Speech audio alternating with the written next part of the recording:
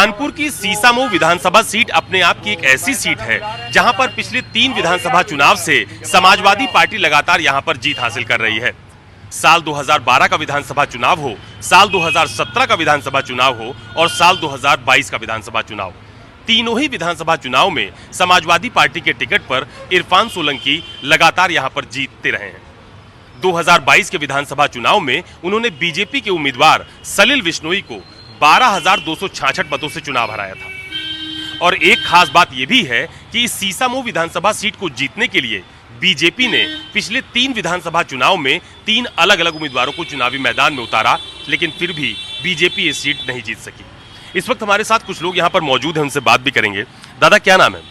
मुझे महेश मेघानी अंकित करते हैं। दादा, मुझे बताइए कि ये सीसामऊ सीट पर उपचुनाव होने जा रहा है, तो ये सीट लगातार समाजवादी पार्टी जीतती रही है। इस बार चुनाव में क्या लग रहा है, क्या मुद्दे हैं? वर्तमान से समय की परिस्थितियां मुझे बताना में कोई अतिशयोक्ति नहीं होगी। सड़कें आपके सामने हैं, रोड पे आप खड़े हैं, चौराहे पे आप मौजूद हैं। हमें तो लगता है इस विधानसभा क्षेत्र का कोई नाथों का नाथ नहीं है, ये अनाथ है, इसकी ओर कोई देखने वाला नहीं है। अब चुनाव आ गया है तो अब जवाबी कीर्तन देखने को मिल रहा है। अब ऐसा लग रहा कि सीसामऊ के लिए कुछ होगा, पर सकारात्मक अभी तक समझ में किसी को नहीं आ रहा। इसलिए यहाँ की जनता तमाशा देख रही है। उसकी मानसिकता ये है कि अरे भाई सब नेता लोग ऐसे ही बोलते हैं, करते कुछ नहीं है। ये सोच बनी हुई है। इस सोच के बीच में हमारा मतदाता या मैं या और लोग जब अपने आप में अपने आप को ऐसा महसूस कर रहे हैं कि हमारा कोई संरक्षक नहीं है। तो ऐसा क्यों लगता है?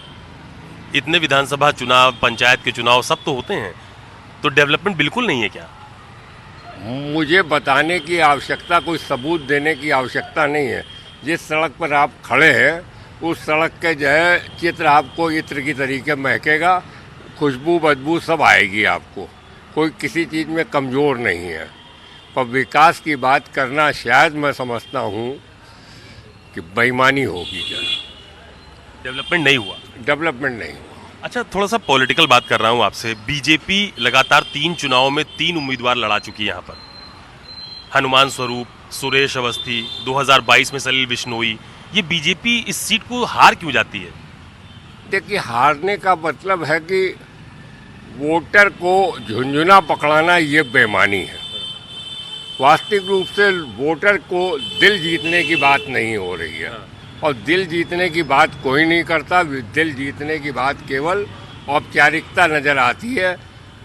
कॉरपोरेशन के चुनाव आए, सब दिखे सड़क पर, तमाम झुंझुना मजीरा और सब बजता रहा, उसके बाद तो कहीं नजर नहीं आ रहा। मैं नहीं है यहाँ पी रोड पे आप मौजूद है, किसी से भी पूछ लीजिए, या कुछ बता दे रिजल्ट सार्थक, तो मैं अपनी नाक से इस पी रोड पे झाड़ू लगा सकता हूँ। क्या नाम है भैया आपका? अब्दुल जब्बार। जब्बार भाई, मुझे बताइए, इस बार सीसामऊ विधानसभा सीट पर उपचुनाव होने जा रहा है। इरफान सोलंकी एक मामले में जेल में है, तो क्या लग रहा है इस सीट पर इस बार माहौल? माहौल तो अभी बहुत अच्छा है। जो माहौल चल रहा है और जो बनाया जा रहा है, उसके बाद भी हम लोगों को जैसा लग रहा है कि विकास की यहाँ जीत होगी, विकास जीतेगा। और चुनाव, क्योंकि जबरन वाला चुनाव होगा ये, किसी को जबरन दबा के, किसी को जबरन फंसा के, और सहानुभूति यहाँ के वोटर हिंदू मुसलमान नहीं देख रहा है। ये सीसामऊ विधानसभा का यहाँ पर विकास और व्यवहार दोनों काम कर रहा है। ये सीसामऊ इसीलिए आज 4 दफ़े से उसके पास समाजवादी के पास है, क्योंकि उसके बाप ने भी वही किया था, उसके बेटे ने भी अपने आप को स्थापित रखा। वो खाली मुस्लिम क्षेत्र का ही नहीं, हिंदवानी क्षेत्र में हर 5 साल में उसके 2-4 हज़ार वोट बढ़ ही जाते हैं। ये एक उसका विकास का और उसके अपने प्रभाव का कारण है। इरफान सोलंकी की बात कर रहे हैं? जी। तो ये जो उसको जेल भेज दिया गया, ये भी मुद्दा होगा क्या इस बार? 100% मुद्दा होगा। यही उसको सहानुभूति देगा। यही उसको सहानुभूति से, जो हिंदुआने, ये मुस्लिम क्षेत्र तो अलग चीज़ होगा, हिंदुआने से सहानुभूति अभी तक के ये लोग किसी को भी बीजेपी में शामिल नहीं करा। जितना उनका यहाँ का समाजवादी का कार्यकर्ता था, इतने दिनों में भी अभी तक के कोई उसको तोड़ फोड़ के, उनके कार्यकर्ताओं को यहाँ पर तोड़ फोड़ के किसी दूसरे दल में शामिल नहीं करा पाए हैं। इसलिए मुद्दा तो ये हो सकता है, लेकिन संघर्ष बहुत अच्छा हो, चाहे जितना कुछ भी हो, संघर्ष अच्छा हो, सहानुभूति का वोट उसको मिलेगा। अच्छा, मुझे ये बताइए कि योगी जी आए थे सीसामऊ सीट पर, बोले थे कि लाल टोपी वालों के कारनामे बहुत बड़े बड़े हैं। ये समाजवादी पार्टी पर एक सीधा हमला था योगी आदित्यनाथ का। कुछ दिन पहले उन्होंने कहा था कि एक रहोगे तो नेक रहोगे, बटोगे तो कटोगे। ये सब बयान चुनाव में कितना नुकसान या फायदा दे सकते हैं? ये तो बहुत नुकसान दे सकते हैं, इसलिए कि ये शब्द से क्या है कि इनके अपने पर्सनल कट जाएंगे। भाई, आदमी उसको चाहता है जो काम करता है, उसको नहीं चाहता है जो वाहवाही खाली के लगे। तो इसलिए इसके लिए तो ये गलत है, ये शब्द इनके गलत हैं। नहीं। और ये सीसामऊ विधानसभा सीट पर क्या मुद्दे हैं उपचुनाव में? मुद्दा क्या है सर, सीसामऊ में जो जीतता वो दिखता ही नहीं है। आज तक कोई दिखा ही नहीं। आज 4 महीने हो गए, एको बार चौराहे पे नहीं दिखे। तो इसको क्या कहेंगे? इसको ये कहेंगे हम लोग जिता तो देते हैं, बाद में भी पछताते हैं क्यों किया। हमारा जो पुराना था वो, उसमें क्या कमी है? वो तो आज भी दिखता था। उनको जेल डाल दिया गया, उसके बाद नहीं दिखा। नहीं, हर हफ्ते अगला यहाँ आता था। तो हमारे लिए तो वही बढ़िया है जो हमारे साथ खड़ा हो। मिलना चाहिए, बिल्कुल मिलना चाहिए। वैसे अभी तो उम्मीदवार तय नहीं है इस बार, लेकिन अभी भी चुनावी माहौल काफी गर्म देख रहा हूँ यहाँ पे। अब यहाँ इसलिए गर्म है कि जो करता था वो है नहीं, और जो जीतता वो दिखता नहीं है। तो इसलिए आदमी जो है वो इसी चक्कर में उलझा है कि अब हम किसको वोट देंगे। तो इसलिए गर्म है, हर आदमी खींच रहा है। बस ये है सर। क्या नाम है भैया आपका? गौरव। गौरव भाई, मुझे ये बताओ, सीसामऊ सीट पर उपचुनाव होने जा रहा है, उम्मीदवार तय नहीं है, लेकिन माहौल बहुत गर्म देख रहा हूँ। माहौल तो सही बात है, बहुत गर्म है यहाँ पे। एक तो सीट का कोई वो भी नहीं है, प्रनियमन भी नहीं बिल्कुल सही हो रहा है कि कहाँ पे क्या जा रहा है। और हम तो यही चाहते हैं कि जल्दी से जल्दी नाम डिक्लेयर हुए तो उसके हिसाब से फिर आगे की स्ट्रेटजी बनाई जाए प्रचार की, देखिए क्या होता है। अच्छा, मुझे ये बताइए, ये जो इरफान सोलंकी एक आपराधिक मामले में जेल में है, चर्चा चल रही है कि उनकी पत्नी को टिकट दिया जाएगा, तो उनकी पत्नी को अगर टिकट मिलता है तो क्या सहानुभूति का वोट भी बढ़ेगा क्या? कुछ ना कुछ तो बढ़ना चाहिए, कुछ ना कुछ तो बढ़ना चाहिए। उधर के एरिया से कुछ ना कुछ बढ़ेगा। और बीजेपी यहाँ से हर बार उम्मीदवार बदल रही है पिछले 3 विधानसभा चुनाव में, तो क्या बीजेपी बार बार प्रयोग कर रही है इस सीट में जीत के लिए? बिल्कुल, जीत के लिए तो वो पूरा प्रयास रहेगा ही बीजेपी का, लेकिन अब ये तो आगे मुद्दे क्या हैं? मुद्दे क्या हैं? देखिए, मुद्दे तो बहुत हैं यहाँ पे। देखिए, व्यापार के हिसाब से, जैसे ये मार्केट है जो पूरा यहाँ पे, जो सबसे बड़ा लेडीज़ मार्केट है। आपको हम बताएं, यहाँ पे कोई भी लेडीज़ टॉयलेट नहीं है। जो बेचारे जो ग्राहक आते हैं उनके लिए कोई सुविधा नहीं हो पाती है, पार्किंग की सुविधा नहीं होती है। ये सब बहुत मुद्दे हैं, ये सब कई मुद्दे हम लोगों ने पिछले उसमें भी उठाए हैं, लेकिन कोई बातचीत, मतलब कोई काम नहीं हुआ। ये चीज़ है। तो इस तरह के मुद्दे हैं, अब बाकी आगे देखिए क्या हो। दादा, क्या नाम है? सुनील। दादा, मुझे बताइए, ये सीसामऊ विधानसभा की सीट पर जो चुनाव हो रहा है, होगा आने वाले दिनों में, योगी जी भी आए कानपुर में, बहुत बड़ी बड़ी बात कही, लाल इमली को दोबारा चलाने की बात कही, तो ये तमाम सारे मुद्दे प्रभावी हैं क्या विधानसभा के उपचुनाव में? हाँ, बिल्कुल, काम तो होना ही चाहिए। मिलें सब बंद हैं यहाँ की, शहर की टेक्सटाइल मिलें, तो लोग बेरोजगार हैं। तो इस वजह से जो है यहाँ पे डाउन है व्यापार वगैरह। जब बेरोजगार होंगे तो खर्च कहाँ से करेंगे? अच्छा, एक चीज़ और देख रहा हूँ, ये इस सीसामऊ की सीट पर जो जीत और हार का मार्जिन होता है वो बहुत ज़्यादा नहीं रहता। 12,266 वोट से इरफान सोलंकी चुनाव जीते थे 2022 में, और लोग ये कहते हैं कि ये बहुत बड़ा मार्जिन नहीं है। अगर बीजेपी अपने जो समीकरण है उसको दुरुस्त करे तो अच्छी लड़ाई लड़ सकती है। नहीं, ऐसा नहीं है। यहाँ पे हिंदू भी हैं, मुस्लिम भी हैं, उस वजह से ज़्यादा अंतर नहीं रहता है जीत हार का। यही इसका कारण है। मुद्दे क्या हैं इस बार सीसामऊ के उपचुनाव में? मुद्दे तो यही हैं कि सड़कें खस्ता हाल है यहाँ की, लाइट की व्यवस्था गड़बड़ है, पार्किंग की व्यवस्था नहीं है, अतिक्रमण वगैरह है, सब ये सब मुद्दे हैं। तो इसको हल नहीं किया क्या अभी होना तक? चाहिए। अभी तक हल नहीं नहीं, हुआ। अभी तक किसी विधायक ने कोई विकास का कार्य नहीं किया हाँ।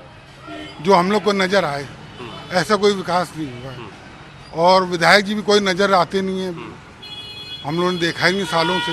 खाली चुनाव के वक्त आते हैं। हाँ, चुनाव के वक्त नजर आते हैं केवल, तो उसके बाद 5 साल बाद नजर आते हैं। फिर चुनाव आता है तो फिर नेताजी आते हैं। हाँ, जैसे रमेश अवस्थी जी अभी जीते हैं, हाँ। तो उसके बाद फिर नजर नहीं आया कि आप लोगों को क्या दिक्कतें हैं, क्या परेशानियां हैं, उसको हल किया जाए। ऐसा कुछ नहीं हुआ है। अच्छा, ये इस सीट पर जीत के लिए बीजेपी ने बड़ी ताकत लगा रखी है। मुख्यमंत्री जी आ चुके हैं, उप मुख्यमंत्री ब्रजेश पाठक को भी यहाँ जीत का जिम्मा है, सुरेश खन्ना जी यहाँ के प्रभारी हैं, नितिन अग्रवाल सह प्रभारी हैं। इतनी ताकत क्यों लगानी पड़ रही है बीजेपी को?